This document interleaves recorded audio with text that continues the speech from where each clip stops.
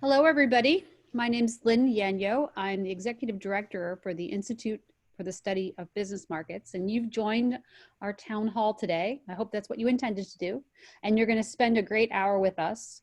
We're going to be talking about communicating with customers. So before we get too deep in this, I want to just tell you a little bit more about who ISBM is.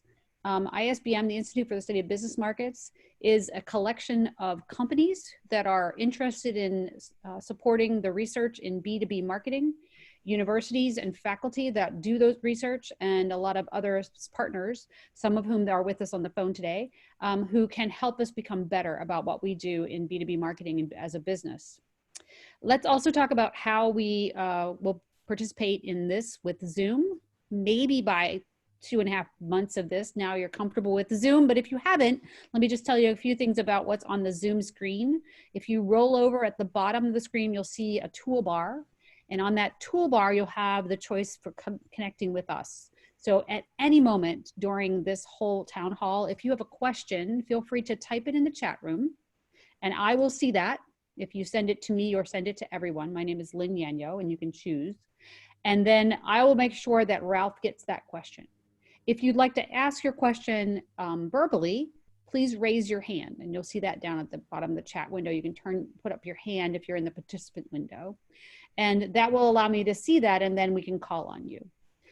For bandwidth and reasons just for distraction, please leave your video off, and please leave your mics off unless you're asked to speak. And if you have any other questions or any other concerns, feel free to type that into the chat window too. We'll be seeing that. So that's how we work together. Let's introduce the folks we have here. So Ralph Oliva is Emeritus ISBM Director. Ralph preceded me, and many of you will remember him. And so Ralph will be moderating today's discussion with Bob Thomas and Laura Patterson. So I'm going to turn it over to you, Ralph, to go ahead and introduce everybody. Great, and thanks to all of you for joining us today. A heartfelt welcome to all of you. I know some of you that are on the line, some of you are new to me. I've been involved with this network now for the better part of 3 decades, and I love being together with business-to-business marketers. For those of us who've chosen this particular field, we are a brotherhood, sisterhood of people who understand this discipline and learn from one another. So thank you very, very much for being here. Our objectives here this afternoon for an hour is to gather some ideas, some case histories, some thoughts. And this is an interactive discussion. This is a town hall, so this will be less a presentation, much more of a Q&A, kind of like a TV talk show here. But we're looking to help us better navigate the current time in terms of customer connection. But also, for most of us, we're starting to take a look and turn our attention to what's coming next, okay? So let me introduce our 2 friends who are here with us today. First of all, Laura Patterson has joined us. She's down in Austin. Laura has been a friend, personal friend, and a colleague of ISBM for quite a long while.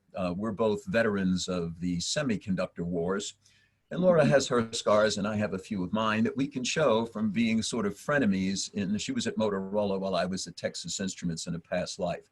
Laura is well known as the high priestess of marketing metrics-driven business marketing. And in fact, she has several books. This one, Marketing Metrics in Action, is a really good one to have in your library if you're a business-to-business marketer. This is a very realistic approach to how you can put metrics on your marketing planning that really are the ones that will help you, make mid-course corrections as you go. But the latest book that she has delivered is Fast Track Your Business, a customer-centric approach to accelerating growth. Another one I would really recommend.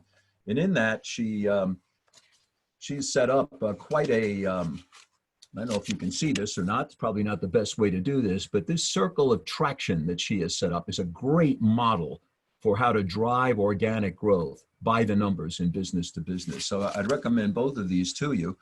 Some of you might have more time to read, but I don't know. I'm hearing that more time may be a bit of a myth as we move on to a Zoom meeting. Another special pleasure to now be introducing Bob Thomas. So Laura is the high priestess of marketing metrics in action. Bob is the high priest of segmentation marketing in business markets. I don't think anyone knows more or was taught more about how to segment markets in the business to business situation than Bob. Bob is professor of marketing at the McDonough School of Business down in Washington, D.C. at Georgetown. Bob and I have been road warriors together out teaching on business to business in a wide variety of places. And his content on the essential approaches to building business to business marketing plans are an important part of almost anywhere you go to learn about this. So I'd say, Laura and Bob, thanks so much for being with us today. Welcome to you. We hope to keep this interactive. Just a few other words to begin. We'll be using polls today to get a temperature on, certain issues that this community is addressing. And as Lynn was saying, please be sure to use the chat feature for any questions or other things that that you might want to be asking us to keep this discussion interactive. As I was discussing, I used to be a business guy, but now I'm a professor. So I may reach out to some of you and kind of cold call you to see. I know my students just hate it when I do that. You may hate me too, but I plan to do it. Also, though, on a serious note, I have a real problem with the term social isolation. Physical isolation, we all need. We understand that to do that, but we don't need to be socially isolated now. We need one another more than ever. So an important enjoyment for those of you out there, if we can be of help to you, or you can be of help to one another, reach out to one another or reach out to us. And of course, our thoughts and prayers go out to all of you who may be dealing with health issues, family issues, and other issues, and especially to those on the front line helping us through this time. So thanks to all of you who are doing that. So as we get underway, I'm going to move right to poll number 1 to get a general temperature of how things are going here. And again, I'm sorry for the colloquial nature of these choices, but I think you get the feeling. And remember, there is an incredible spectrum of feeling going on right now. There are people who have been up against some very hard times, and it's pretty gloomy and doomy, on up to people who feel, well, I got this, I'm riding this horsey. So please take a second and from 1 to 5, is it gloomy and doomy, but I guess I'm okay. Number 2, it's bad, but I see the clouds lifting. It's stressful, I'm handling it. Or I got this, I see the light at the end of the tunnel. So take a minute and just weigh in on this scale for us, if you would, just to get a temperature of those of you who've joined us here. We have quite a few people on the line now. So go ahead and vote. We'll count down 5, 4, 3, 2, 1. And Lori, if you'd play the results back for us. Okay, so we see this is a shift from the last time. People are starting to move up to the idea that, the clouds are lifting. But I think it's important to remember that we're all dealing with our customers and our families with a great spectrum of emotion now. So, physically isolate, socially do not, would be my suggestion. So with that, Lori, if you could go back to that slide, anyone would do. I'm going to jump on in here. So let's start with a question, and we have some questions that have already come in, but I'm going to jump to Laura right now. Laura, it looks like in many cases now we see people looking to the other side of this crisis. So what are the 1 or 2 things you think businesses need to do to prepare for as we come out of this? And what's marketing's role in this? And could you give us your views on that to get us started? I would love to, and thanks for having me. And it's such an honor to be able to share this platform with all of you and with Bob Thomas especially. So I happen to agree with some of the responses in the poll where folks were, I guess 67% of the people who responded are beginning to, even though it's still stressful, beginning to see movement in a positive direction. And I think that is true. And we had a post come out today because people are starting to ask this very same question. And one of the things that I keep asking folks is, what is your debrief process? How are you as an organization going to take time to understand what has transpired in your organization, what it means, what are the lessons that you've learned, what are the things you're going to keep, what are the things you're going to jettison, what are the things that you need to do better? I think those are some important questions before we just roll into next, right? And so I'm hoping that everyone is starting to think about how to have that kind of conversation. And I truly believe that marketing plays an integral role in that conversation, because so much of what has been going on is how we are not only collaborating and communicating with each other using all these tools and agile processes, but how have we been leveraging those with our customers and our partners, right? And so that's a really important conversation that marketing needs to participate in. So that's my thinking. I'd love to know what other people are thinking. Yeah, well, and again, if we'd love to, that's a good set of questions to be asking. But it's time to focus on this. What are we going to keep? What are we going to do different? What is working? What isn't working? And it might be time to really inventory that right now. I'm going to jump to Bob here. And so we're dealing with these challenges right now.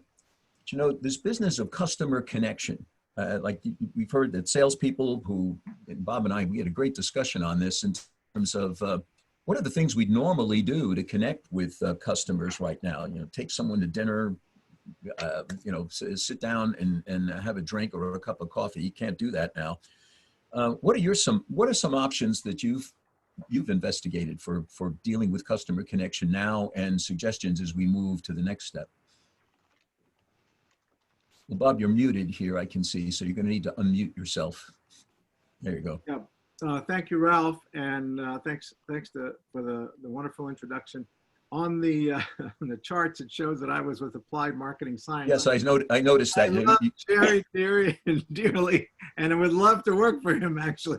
But that's another story. And another. Yeah, we can arrange for that another time. This is one of the interesting parts of this kind of connection. Yeah. Well, a couple of things here.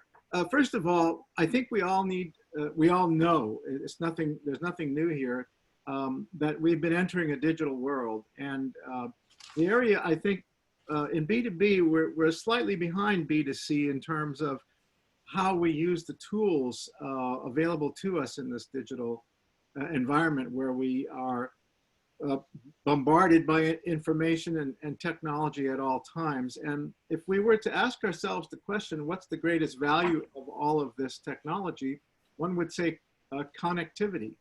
And probably most importantly, it's connectivity with our customers. How do we get and maintain good connections with our customers? Of course, in the last 4 to 6 weeks, a lot of those connectivities have been broken. I don't know that they've been damaged, but certainly they've been broken and jarred completely in many respects. And the question becomes, how does one start to go back and recover, rediscover, review, and evaluate how to improve that connectivity? So I'm thinking of that both as an academic who wonders about these kind of questions. How do you actually bring back the conversations that you had? How do you take them to new conversations? And what are the technologies that you would use? Because the face-to-face right now is going to be limited initially, I think. And there are a variety of tools that the doors are open for us in many ways to be creative here. And I guess that's the first thing I'm going to recommend, is that let's be creative in how we think about communicating with customers using digital technology.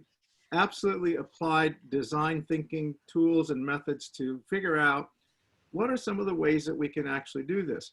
And I've talked to some companies where it's not just their customers that's problematic for them, but it's also their suppliers.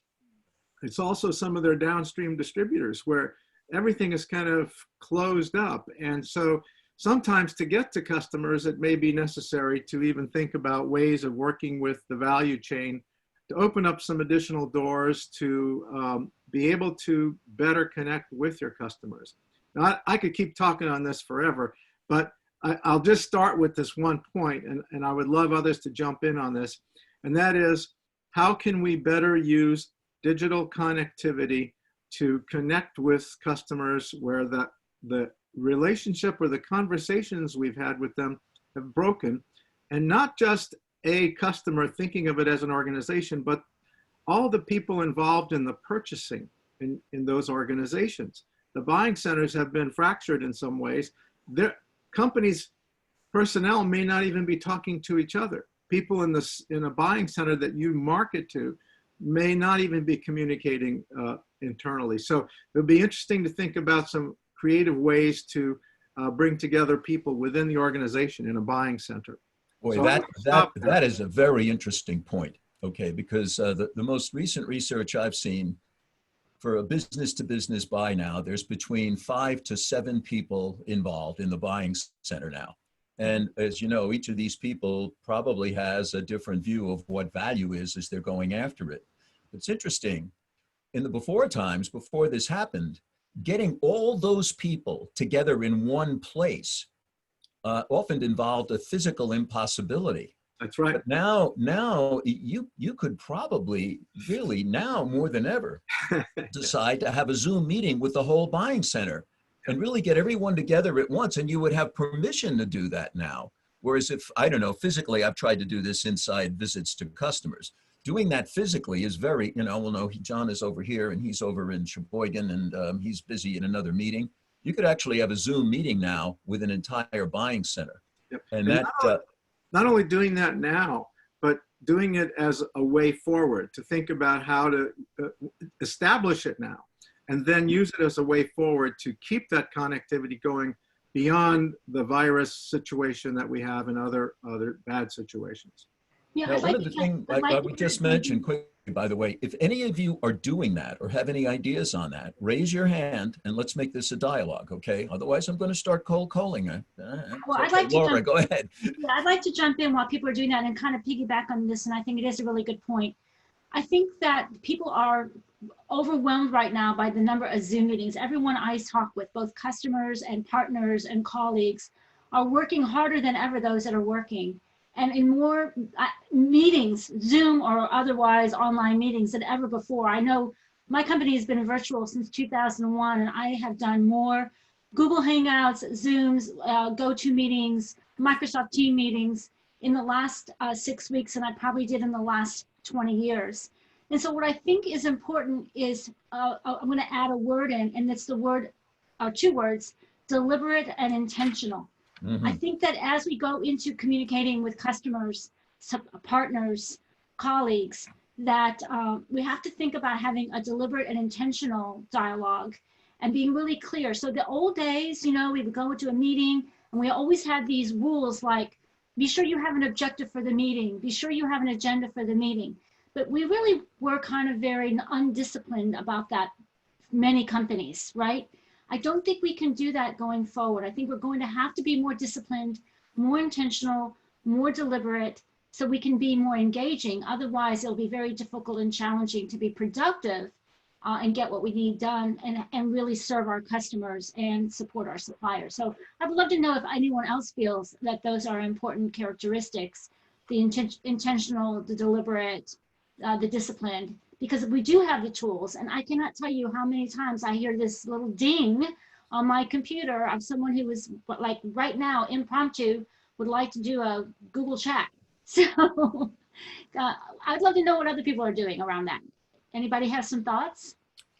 Okay, well, again, first of all, I'm going to quickly interject here one other poll to kind of help set the stage, and then we'll continue with your question, Laura. So I'm going to go to the next poll, poll number 2, which really is, what is your focus now? I'm kind of flashing through polls here. And this was one of the things that we're hearing is, where is your focus now? Are we still, I know there are many firms, and this is nothing to be ashamed of, really trying to figure out still, what do we do right now? What do we do to heal the business, get connected, do where we're going? All the way on up is, all right, we're starting to think about the longer term, or our plans in place now, we're kind of turning to what's next, to number 5, which is, hey, look, we're focused on what's next. We pretty well have the now figured out, okay? So from 1 to 5, you pretty much focused on the now, to number 5, no, we're pretty well focused on the what's next, with 2, 3, and 4 sort of in the middle. Please let us know where your focus is now, because that will help us be of more help to you, and not only in this discussion, but in other things we're doing, okay? So please go ahead and vote, and we'll count down 5, 4, 3, 2, 1. And I don't know, Lynn, looks like are the poll, yeah, here we go. All right. So you can see here, this is very intriguing since we've been looking at this, many more of you out there are really now focusing on the what's next, which is where we decided to primarily shift this particular discussion. So again, in terms of this business of, all right, when we move from now to the what's next, what will your focus be? And picking up on Laura's thing, have we overdone Zoom to the point where if we're not very careful, if the meeting doesn't have a purpose and an objective, if we haven't set up a detailed agenda, we may just be scuttling the airwaves. But by the way, before we get to that, I'm going to add a tip. I don't know, when I look to the room here, I'm usually the oldest guy in the room. And I think I am. So maybe this reflects the fact that I haven't seen my hairdresser in a while, and I'm on my way back to the 60s here in terms of hairdo. But here's something I've done that kind of cuts through the noise. Don't be afraid to mail something to someone. Okay? Don't be afraid to send them some hard mail, right? That's still a very interesting trick for business to business folks. And one of the CMOs I've worked with for many years now, Mike Ludwig, is now with JPW. This is a trick he's used a long time. When you mail someone, we typically have fewer customers. We can mail them something, if it's just a thank you note, to a letter, to a gift, okay? And if you're wondering what to send someone as a gift, to kind of get their attention, you might want to consider Laura's book, and buy one, love it, and send it to somebody. Thank you. And by the way, Laura is not giving me a cut of the proceeds on her book. I just happen to be fond of the book. So be thinking about, sometimes innovation is looking for the white space, looking for the space where people are not doing it and being the one who does it, okay? Hey, Ralph, could we ask Vince Kostelnik to speak? Sure. All right, Vince, I've unmuted you. Vince, what's your thoughts? And you might want to put your video on too, Vince, so we can see you. There he is. What you got, Vince? Oh, Well, you're still muted here. I'm not hearing you.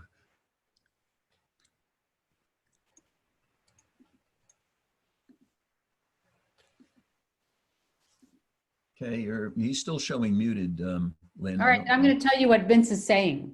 Like you're going to hear my voice over Vince, right? So Vince was describing how instead of meetings, long meetings, he'll create a short explanatory screen capture video that gets to the point and allows people to see something quick using something like Camtasia. Mm-hmm. Yeah, I think Vince is right. I find that's really helpful if someone has a question, right? But in terms of a dialogue, we wouldn't, right? That doesn't really create the opportunity for the important dialogue and things that actually occur in a conversation and allow you to sort of expand, explore, build something together, collaborate. And I think that's something that we're all used to doing. One of the things I'm finding really interesting is how many more Zoom meetings it takes to actually get something done, or more emails it takes to get something done. That was something that could be done relatively quickly in person. Right? So I'm wondering what people are doing to try to, back to Vince's point, make them shorter, but at the same time, not make more of them. So when you're shoulder to shoulder with somebody and you're solving something, you can do that pretty quickly, not so easily if we don't have the right kind of tools. And that's back to being deliberate. So I'm really still curious how people are planning to, with their customer communication, their partner communication, what are your plans? What have you written out as a plan on how we're going to move forward in communicating with customers and partners? What are the things you're putting in, not just tools in place, but sort of what is the cadence? What is the plan? How are you going to do that? I'm just curious if people have given any thought to that. Well, if any of you would like to raise your hands and jump in on this, I'm looking here. We've got quite a few people in the audience. I'm looking. Let's see. Some of you have Gmail addresses, and I'm not sure, what firms you're with. I know we have Rosanna Stokes on the line from Emerald Materials. So Rosanna, I'm wondering, what is Emerald doing in this area? Do you have any views you'd be willing to share with us, please? Sure. So our plans are in place that we're contacting. My job is to be on the road 90% of the time, and I'm not there. And so I do business development and bring technology to our customers. And so we're setting up regular meetings with our customers. And I find it actually quite beneficial because I'm able to get the whole technical team in front of me. And I don't spend an hour going through things. Sometimes it's only 15 or 20 minutes of some pointed conversation this is how you do this, and here's the data. And Rosanna, what is your role at Emerald? I'm business development. So I married, my form of business development is marrying technology and sales together for new products. Cool, good. All right, well, let's, I'm going to build on that and jump to poll number 3, which is the role of marketing and any function that's here with us here is that, how front and center has your role been in dealing with this current situation, whether you're marketing or business development? Like, have you been involved from the very beginning and you're shaping the strategy and running it? All the way up to, in this case, down to you've been involved only remotely, where maybe after the fact you've been asked how you thought. So with 2, 3, and 4 kind of usually being in the middle here. So, yeah, we've been involved in a meaningful way, but we're called in at key points. Or input is sought in response to specific problems that come up, all the way down to, really we've only been remotely involved. So let us know what your role has been here, and go ahead and vote for us. And we'll be counting down 5, 4, 3, 2, 1. And go ahead and show us the results, Lori. Okay, so here we're sort of in the middle of the road, okay? And that's intriguing. I mean, and a little higher, good. I mean, most of us are in the function like marketing or business development are sort of front and center, and that's good. But it's still a matter of, this is a time we're focused on our customers and customer connection, so important. And we'll see, this has been an interesting poll to keep track of as we move forward. So why don't we close that out and continue here. And I'm going to go ahead and ask one other input here. I see Beatrice Battle from Sherwin is with us. And I'm wondering, Beatrice, if I can, I'm sorry to do this to you, but not so sorry. Could you let us know, how is this going at Sherwin? How are you dealing with the now to next thing and customer connection? Would you be willing to unmute and share some thoughts with us? Do we need to unmute her, Lynn, or, wait a minute. Yeah, there you are, Beatrice, you're unmute. Well, yeah, sorry about that. Yeah, actually, we've been having a lot of meetings with customers, a lot of remote meetings with customers that are working fine, and doing plenty of webinars. We have always done webinars, but now they are working even better for us. People are really interested in them. So do you use those webinars primarily how? As educational, as business building? How are you using your typical? Both educational and presenting products. Okay, and are you still launching a lot of new products now? Yes, we are. We have launched a couple of products. So. Okay. Well, listen, that segues nicely into poll number 4. Okay, let me go ahead and pull up poll number 4 here, Lori, which is, all right, we've been talking about a variety of ways that you can connect with customers right now. But for your most important customer connections, we'd like you to focus on that. What is the primary tool you're using? Are we all using primarily online meetings like this one, or what else is in the mix? So here, you may be able to, but I'd like you to focus on the one you're using most of all for the most important customer, okay? So let's go ahead and vote, okay? And you can see we've got a spectrum of stuff here, but I suspect, let's just see how this plays out. So we'll let you vote, 5, 4, 3, 2, 1. Lori, pop up the results for us.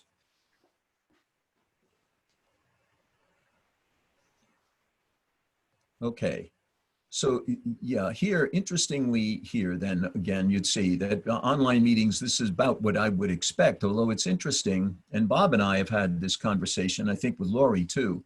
There's times voice to voice without the video might be the right thing to do. It might be a stronger way to communicate without the distraction of the video. There's times where slides are necessary. And there's times here where we have an opportunity to be creative in how we're using the mix of both of these things. So I wanted to jump in for a quick moment because what I'm Yeah, I hearing. was about to ask you a question anyway. We've got one come in here. Go ahead. I'm just curious. So far, the couple of examples that I'm hearing, and there's nothing wrong with these because I think they're exactly right, is we are presenting. Like in a webinar, we're typically presenting something, and I think that's a valuable way to, whether it's presenting a product or educating, right, or we're explaining something.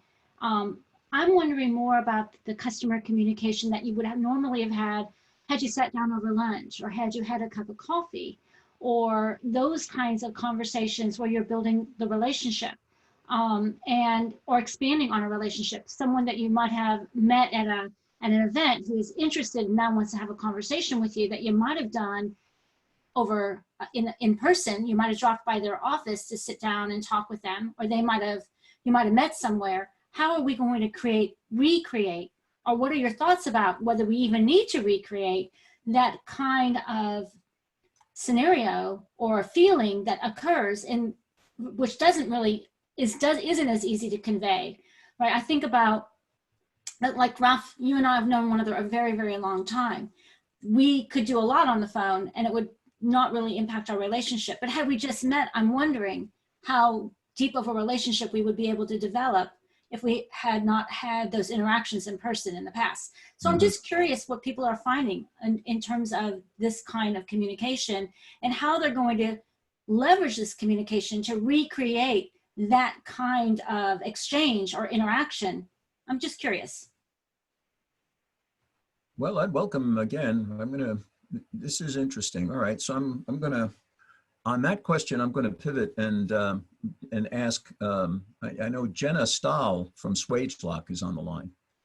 And that's a brand I've revered for many years. And it's, the people who really have an affinity to the Swagelock brand, in my mind, are very emotionally connected to it. It's the place to go when lives depend on it. Jenna, what do you guys do to maintain that relationship? And what Laura's saying, are you doing things just informally to keep it going? Share with us, please. Well, I'm actually and you can hear me, right? Yes, gotcha. Okay, great. I'm actually in the unique position that I actually started my job with our marketing communications team in mid-March when everyone went remote, overseeing a program. Yeah, so, but I mean, to answer your question, I mean, we're in a unique relationship in that our we have a network of sales and service centers that are working more directly with customers buying product. But, in most of those cases, I know that, they've continued to talk regularly with the customers that they have relationships with, including, how do we continue to solve problems, especially since we're serving a lot of businesses that are essential, which is really important right now. So I think really paying attention to what the customer's pain points are, and in that relationship, really focusing on those things in particular for the situation has been at least, how we've approached it. I do know that our sales and service centers are trying to think creatively about what are some other unique virtual ways to demonstrate product or help customers troubleshoot. So, I think we're trying a lot of different things. So Jenna, the fact that you joined Market Communications for that great brand right as this virus hit. Yeah, I've had an unconventional onboarding, to say the least. That's an interesting career direction. We'll be interested to follow your story as you Thank you. You've learned on this since you're so fresh. Bob, I'm going to jump back to you for a second here with one of the questions that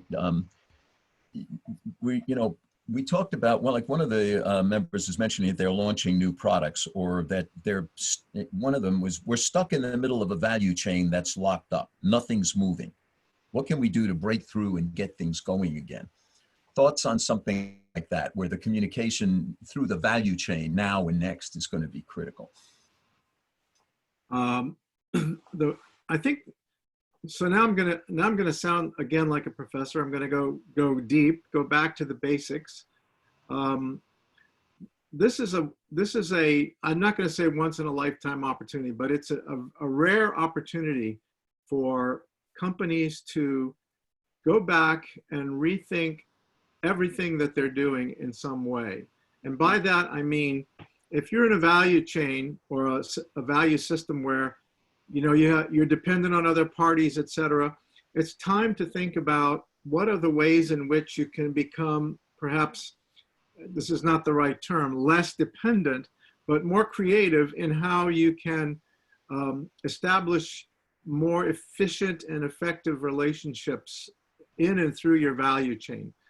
A lot of companies, when they, in a value chain, for example, when they freeze up, they're basically, everybody's like literally incapable of doing something because they're waiting for somebody else to do something. And so this frozen environment is not very helpful to anyone. And so the question then becomes, okay, how can we think this through differently? And it's a classic example of just simply going back to the basics, rethinking your value chain. Are there different ways to do the things that you're now doing with an additional partner in the value chain, or removing a partner in the value chain, which can sometimes be efficient and effective for one? Bob, what do you think the role of segmentation is now in terms of this? Is you think it's more sensitive now than ever before? Is it about the same? What you know, in terms of really understanding which partners should we be playing with upstream and downstream? Yeah, I think potentially the market segments, the structure of market segments right now is under a lot of, should be under a lot of rethinking by different companies. And not just within the value chain, but I think all the way down to the customer, the end consumer. We had an ISBM meeting a couple of months ago that went from B to C. And I think going even back to the end consumer, or down to the end consumer, and working one's way back in a creative way to rethink how those relationships are, what the segments are. Are the segments in the market changing? There are going to be new behaviors coming out of consumers at the end of the value chain. Will those new behaviors impact the structure of the value chain and the various partners throughout the value chain? So these are the things that I would encourage firms to be doing now. There's time. There's time to be able to do this, that normally you would be caught up in every day running around doing things, going here, getting on an airplane, simply just moving. Now there's time where you can actually sit still for a while and think through some really good, I hate to say this, and again, I'm sounding like a professor, but some really good time to be thoughtful and just think about what is happening and all of the ways in which you might be creative about reimagining how things could be around you. So it's not a very practical answer to your question, Ralph, but it is one that I think that's an opportunistic situation. Now I'm going to give you one practical thing, and this builds on what Jenna was referring to, I think. And maybe SwageLock is doing this, I'm not sure. But the use of virtual technology to enhance the connection with all kinds of customers, different kinds of customers or customer segments, I think is going to be extremely important going forward. And here's what I mean by this. What I mean by this is we've worked at Georgetown with some illustrative ways to use virtual reality.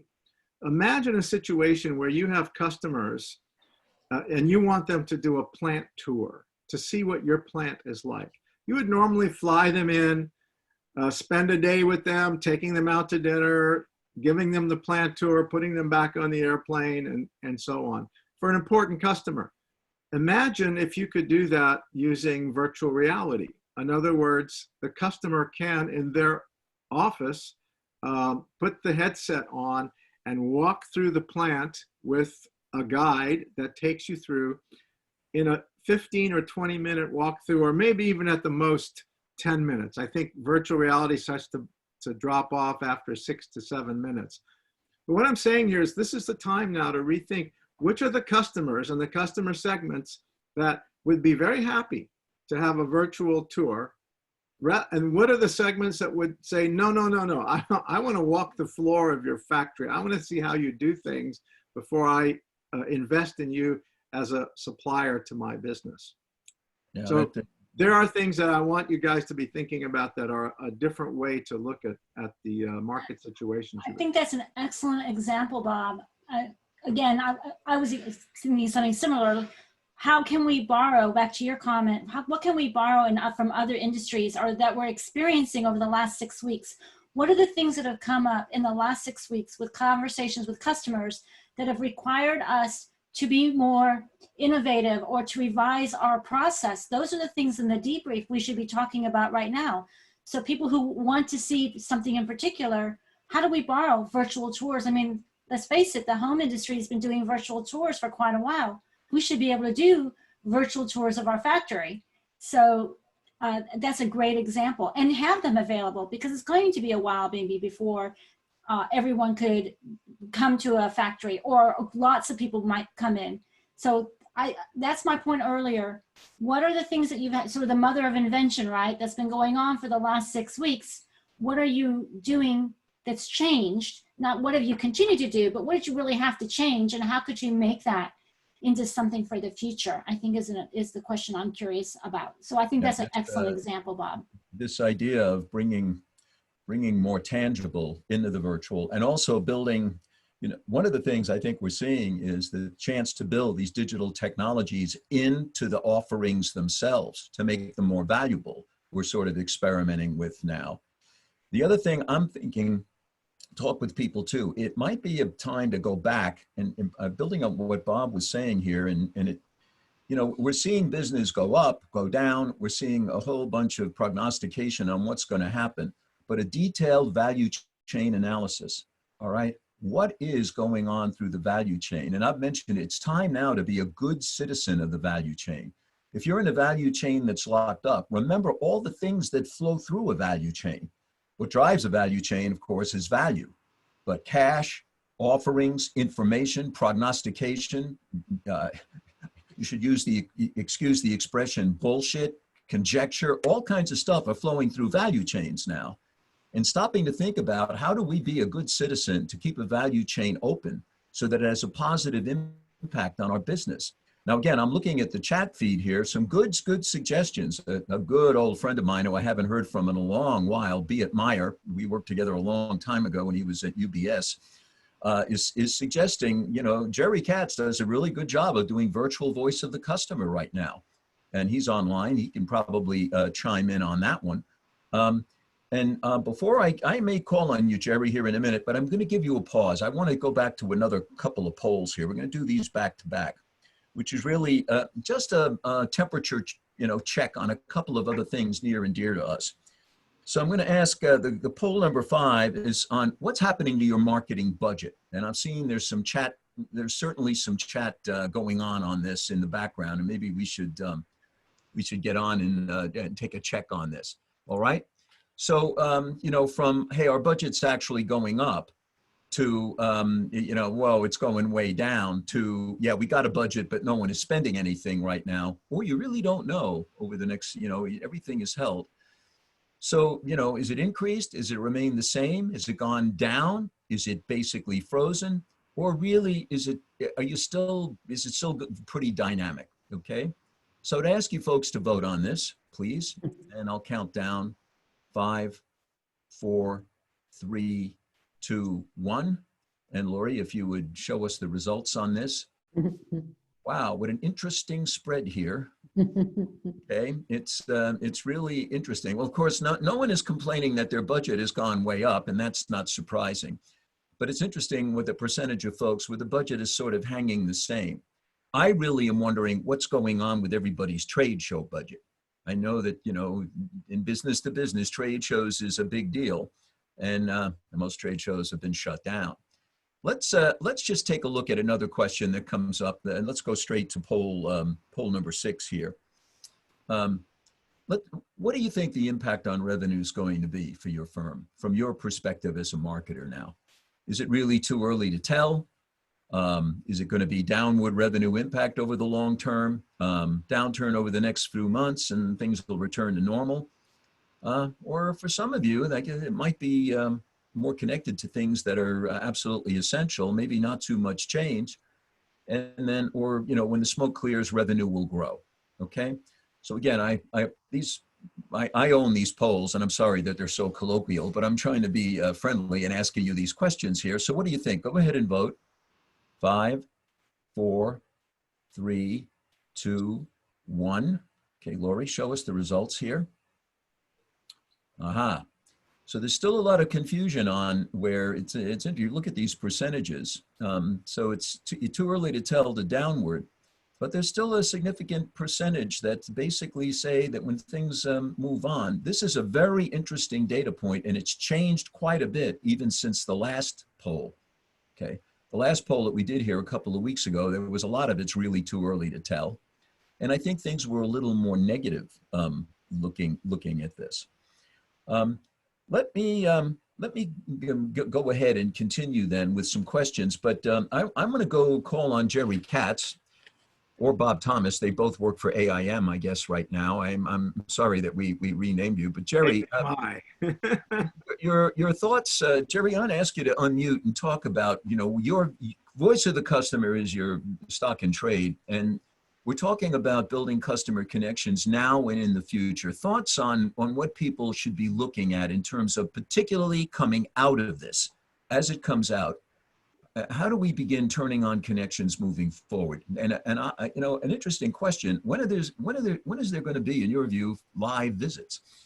Thoughts? Well, I wouldn't want to be in the airline business right now, because the virtual tools. Wait, let me back up a second. So far, we've been talking about customer interactions for business purposes, our real customers who are prospects for what it is we do. I'm thinking of it from a market research point of view. And the question is, how can I engage people who aren't necessarily my customers, but just to understand their needs? How can I engage them in market research? And these tools have become so easy that let me say one other thing. Traditionally in market research, for qualitative interviewing, you want to be face-to-face. However, that's often not economically viable. And so in many cases, you revert to the phone. But I think there was always a reluctance to be on camera. And I think the biggest impact of all of these Zoom meetings is we're all now very used to being on camera. And so I think that I think this is going to be a part of market research going forward, instead of getting on an airplane and flying out to that customer. Bob, did you want to add to that?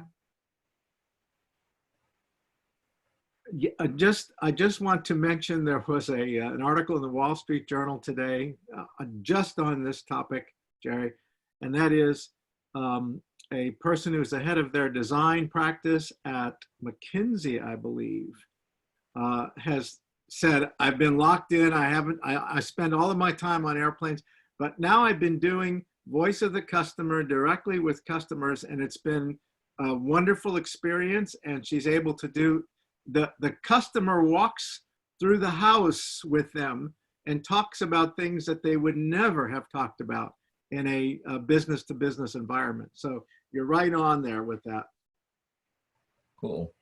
You know, Beat Meyer has been sending some interesting stuff here. Beat, I don't know, you just sent a very interesting chat input in here. Why don't you unmute and come on and just share with us that last thing that kind of adds to what we were just talking about here. Hello, Alf. It's Beat from Switzerland. Hello together. Yes, Yes, you thought about the 3D printers. I was just developing the thought further of that was mentioned about the virtualization, so that the 3D printers, which become, I think we can imagine that in 5 years or in 10 years, everybody has 3D printers and prints a poster maybe. But the latest thing I've heard recently was about a medtech company from Korea, where they say, you have to go to, if you are ill, then you have to go to the doctor, they make a test, and then you have to wait 3 days and until you get the result. That they are working on a device, you can say. It's a kind of micro lab where they take the blood or whatever they need, and you will get the result almost immediately.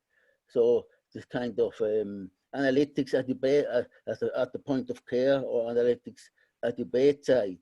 So yes, I think it goes this far. And if you think about, somebody mentioned before about, the end consumer becomes the focus, then definitely, in this case, one of the end consumer, the patient, he is almost close to this device, and it doesn't. So the value chain, what you mentioned, Rolf, I think we have to think about, or kind of the supply chain, will it be reconfigured? Maybe that's the point where we have to think, is a lab anymore needed, a specialized lab where all the probes go and they make the tests, or should I look for a new business model if I would be a lab? You had actually, floated something by, which I think is an interesting idea, because, we're B2B, so typically fewer customers, bigger transactions, more complex things. And the thing that floated by here was a bedside 3D printer. Analytics, like a lab, kind of. I think now I'm building on what you said, though. In that. Oh yes, okay. It can be a bedside printer, of course. Yes. Well, but the deal would be, for the right customer where you're doing rapid prototyping, you could send them a 3D printer. You could be sending them 3D models and fast prototypes. And if they didn't have the 3D printing, and many B2B customers now have 3D printing, but it would be worth the investment with cost of 3D printers going down. So particularly if you were in a situation where fast prototyping were part of what you were doing, exactly. that could be an interesting addition to this virtual network. That's a kind of a leap forward in my mind, and be thinking about it. So listen, we're moving through. It's always amazing to me how fast an hour goes by when we do these. So thank you very much for jumping on. That's an interesting idea. Laura, let me jump back to you. What are the most important questions that you're asking your clients, and that we should be asking one another now as we start this emergence from the crisis situation? So I think that's a great question. And one of the conversations we're having is, how do we be careful not to do everything in such a self-serve way that we end up commoditizing ourselves? And I think that's an important thing, because quick story, very, very quick, because I know we're short on time. But when I was a young person in the old days, you actually had people who attended at the gas station. You pulled in, right, and there was a human being there. So my mother, because I was too young, obviously, to drive at that point in time, no matter what, always went to the same gas station, no matter whether it was on our beaten path or not, because she had trust and a relationship with the gas attendant. He always checked the oil, he always checked the water, he always checked the tires, so forth and so on. Once that particular gas station no longer had people, and there were more than one person working there. This person didn't live there 24/7. So there were several people servicing this gas station. But once the gas station no longer had people, right? And my mom just was forced into pumping her gas, which is when, at a very young age, I learned how to pump gas, because my mom doesn't pump gas. She wanted to have help. The point was, it no longer mattered where we went and got gas. All that mattered was, as we went by, if she needed gas, which one was on the right side of the road and which one was cheapest. So I think as we move forward, we want to be careful about all the tools that we put in place that self-serve, so that we don't commoditize the relationships that we have in the future. And that's why I've been asking this question: what is your plan to be deliberate, to be intentional, right? to be disciplined, not just using tools that allow you to be more efficient, right, and easier, but actually because one of the great things you talked about in the value chain is all the different things. And one of the most important components in the value chain that often gets overlooked is the people component, the relationship component. So I'd like to just throw that out there. And and so we're working with our customers, in answer to your question, Ralph, in how to build a more deliberate, disciplined approach to customer communication. One-on-one, one-to-many, all different kinds. How do you look at, back to Bob's comment, how do we look at our customers? How do we create tiering or segmentation and different kinds of communication based on their needs, the frequency of communication, the kinds of communication that they most often need, those kinds of things as well, in answer to your question. I hope that was helpful. I don't know if that answered your question. No, and I'd like to put some highlighter on that. It was what we thought at these meetings, that there should, because the words go by, and I'd like to highlight some of them sometimes, is the, the issue of, to me, a lot of that builds to, and I've been tracking a lot of discussion on this, on how important brands are now, and the unique feature of your brands in the face of the people, the nature of the interaction as we kind of go through virtual channels, to make sure that your communications and your style and the things that you do personally are so important in business to business. Remember, again, playing professor here, value is functional, economic, and emotional. And in so many business to business situations, the functional and economic parts of an offering become commoditized very quickly. And the emotional component is what drives the sale. And it's almost always that way. So as we move to these virtual things, how do you accentuate and make sure that everyone communicating through these virtual channels knows what you want your brand to mean, and that you might have the only chance to differentiate your offerings now and when you come out, by being fastidious about that? Okay. So Bob, well, actually, I'll tell you what I'm going to do here. And by way of playing, well, I've got a few minutes here. I know that AJ Coley was on the line. I'm having trouble here with my mouse to get to. AJ, AJ is one of our fellows, and I think he's still on. Yeah, he is. AJ, why don't you weigh in on this for us here as we get into our last few minutes? AJ, you're down in Georgia, and how's it going? And what would your thoughts be? Yeah, put me on the spot like that. Well, it's a professorial thing. You do it, I do it. You've done it to me. Yeah. So I think I would say I resonated very much to your last comment about the value of brands, very much. So two or three thoughts really. I think the anecdote that Laura communicated was right on the money. You can match up functionality, but what drives the sale is the emotional value. And I might add to that, not so much in a B2B, but in a B2C, self-expression also plays quite a bit of role. So your point about brands being important is right on the money. The second thing that I was struck by is absolutely right.